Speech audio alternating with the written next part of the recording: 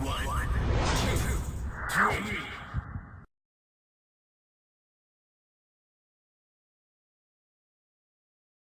Um, well, okay, I went into work on, well, Naruto, actually. Earlier on, I found out that they were doing auditions for Naruto, and then somebody told me, Johnny, somebody went in and had already done an audition, and she told me that there's a lot of other male characters in that. You should audition there. And it was a new studio that I hadn't worked with, and I thought, oh, maybe I should see if I can get over there. So I kind of gave them a call and said if I could come in for an audition. They're like, sure, come on in. And so I went in, and then they showed me all these different characters. And there are a ton of characters. Well, as you know, there's a ton of characters.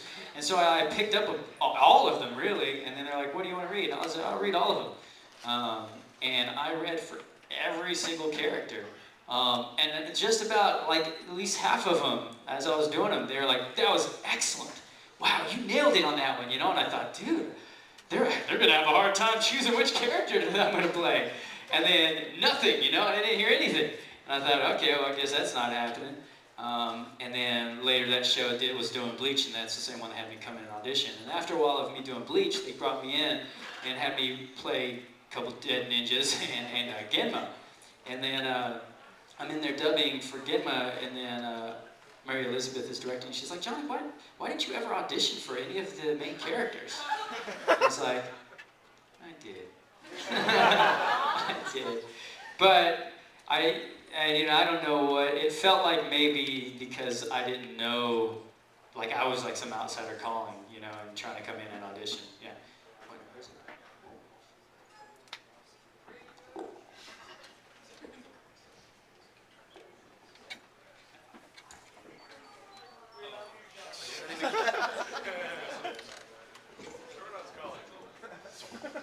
He's dead. Zordon's waiting in the green room. Um,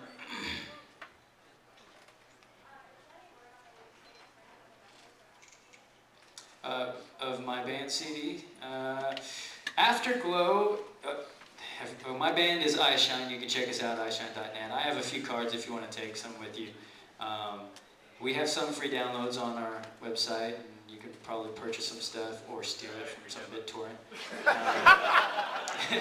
So we've released a couple, or you can buy it on iTunes or Amazon or whatever.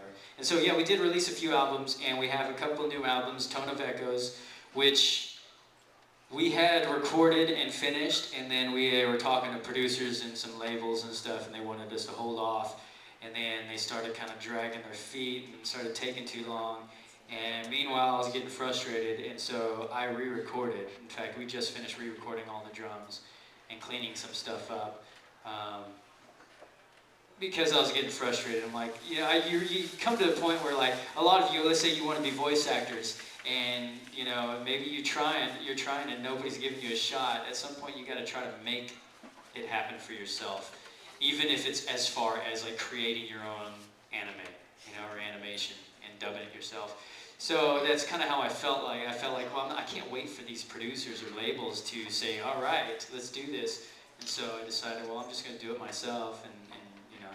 And so we're finishing up the vocals right now for Tone of Echoes. And Afterglow was finished a while ago. It's our acoustic album. The thing is, I didn't want to release our acoustic album because we had labels looking at us. I didn't want to release the acoustic album and then have them think that, you know, anyone new looking at us is going to think, oh, there's some acoustic band. So I want to release our full album first, and then immediately release the acoustic album, so that's kind of like following it close behind. Every time I give a date, it's like, it's pushed, you know, like a month or so. But we're aiming to have Tone of Echoes out by like December. And then so then, you know, January, February for Afterglow. We actually recorded about close to 30 songs. So we're cutting Tone of Echoes down to probably 12 or 13 songs. And then there's another one, I think we're gonna call it 1,000 Voices, and we're gonna release that one probably next summer. But it depends, because, you know, how many of you are musicians? So, good. And so, like, you constantly change and work at your stuff, you know, you make it better. And that's just how I feel like I record it and I might think it's cool, and then the more I listen to it, I realize, okay, this could be better a different way, you know, if we approached it a different way. And so it's really just kind of reworking every song. But we're slowly releasing them. You can check, we have a couple new music videos out. We're going to be shooting a couple more and releasing those probably before we release the album. So, iShine.net, or occasionally on my twitter.com/Johnny Yong Bosch, or my MySpace. Well, my MySpace is there, but I hardly go there for anything but to like friend people or accept their friendship. But I do have like a Facebook if you guys want to go there. But if you want to reach me, like you need to reach me, then you have to email my band, and that's the only way that you can reach me. But don't just write me and, and weird, okay? I had somebody on MySpace actually once, when I didn't have as many people on there, and then this guy, I friended him, and then he said, hey, so I want to come to Los Angeles, and I wanted to know if I could live with you, if you could maybe get me a car too, and then a job too. So if you could do all of that for me. I was like, what? I was like, dude, I can't do that. Sorry, that's weird. And then a couple of weeks later, I get another email from him after I told him, I can't do that kind of a thing. He emails me again. He's like, hey, so I just landed in LAX. If you can like pick me up, I will pay you. And I was like, Oh my God. so I like, wrote him back. I was like, that's what taxis are for. But yeah, it's weird. I mean, you run into a few weird people, you know, but there's weird people all over the place. Yeah, all right. Yeah. Have you ever gone to like an audition or into a role that you like? I know this character, I want to be them.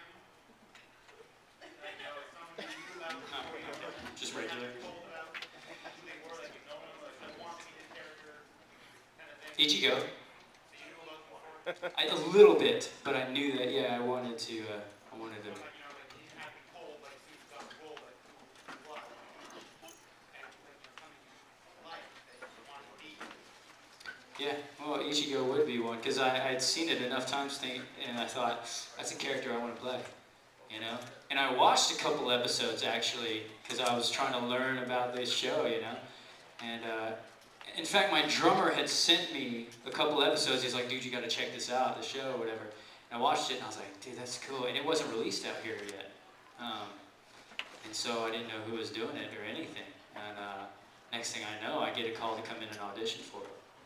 And I thought, I gotta book this, you know.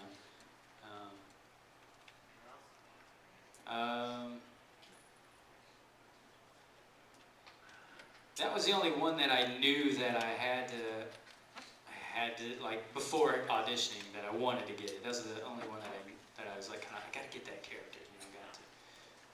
When they have an audition, like, oh, I know this person, I like me, and that's all stuff. Yeah, there's a couple of times when that happened. I can't.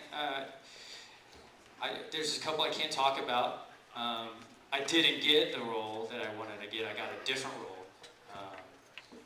Anyhow. I think I'm running low on time, so I'll maybe answer a couple more questions. Any of you guys want like pictures or autographs and stuff like that? Yeah. Okay, so I'll maybe just do a couple more questions, and then we'll just do that, because instead of having to go anywhere else. And I'm taking off here, so yes. I was just wondering what it was like to get into the character of Nero. Nero? Yeah. Devil May Cry 4 fans? Love it. That was a lot of fun for me.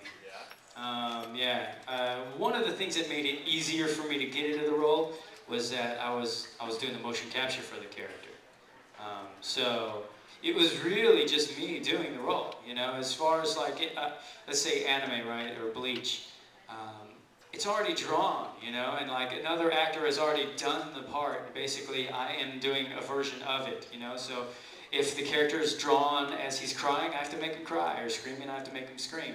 With Nero, it was a script, you know, so it was like getting a film, and so I thought in my head how I wanted to play this character. Do I want to make him emotional here? Where do I want to take him? So there was much more freedom, and it was much more fun in that sense.